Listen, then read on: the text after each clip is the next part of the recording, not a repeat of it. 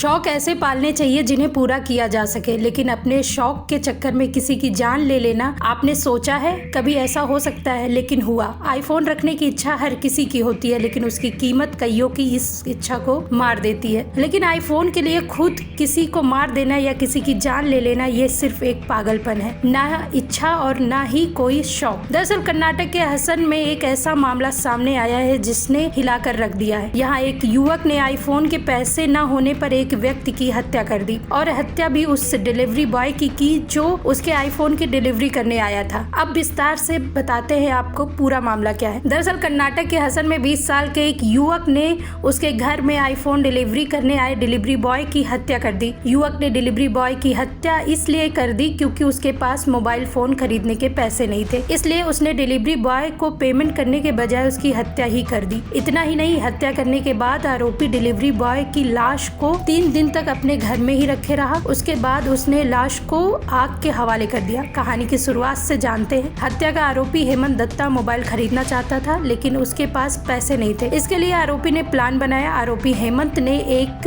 E-commerce portal से second hand iPhone खरीदने के लिए ऑर्डर किया। इस सेकेंड हैंड आईफोन की कीमत 86,000 रुपए थी। इस ऑर्डर को पहुंचाने का जिम्मा डिलीवरी बॉय हेमंत नाइक को मिला था। 23 साल का डिलीवरी बॉय 7 फरवरी को जब मोबाइल डिलीवरी करने आरोपी के घर पहुंचा तो आरोपी ने उससे इंतजार करने को कहा और पैसे लेने के बहाने अंदर चला गया। कुछ देर बाद आरोपी हेमंत ने डिलीवरी बॉय को अंदर बुलाया और उस पर धारदार हथियार से कई मर्तबा हमला कर दिया। इस मामले से डिलीवरी बॉय की मौके पर ही मौत हो गई। हत्या के 3 दिन बाद मृतक के भाई मंजू नाइक ने थाने में हेमंत नाइक की लापता होने की शिकायत दर्ज की। इसके बाद पुलिस ने जांच शुरू की। जांच के दौरान पुलिस ने सीसीटीवी फुटेज के आधार पर आरोपी को गिरफ्तार किया है। बताया जा रहा है कि 2 दिन पहले आरोपी को एक पेट्रोल पंप से एक बोतल में पेट्रोल खरीदते हुए देखा गया था। बताया जा रहा है कि आरोपी ने डिलीवरी बॉय की लाश को 3 दिन तक घर में रखा, फिर 100 को रेलवे स्टेशन के किनारे फेंक कर जलाने की कोशिश भी की। मामले का खुलासा तब हुआ जब शहर के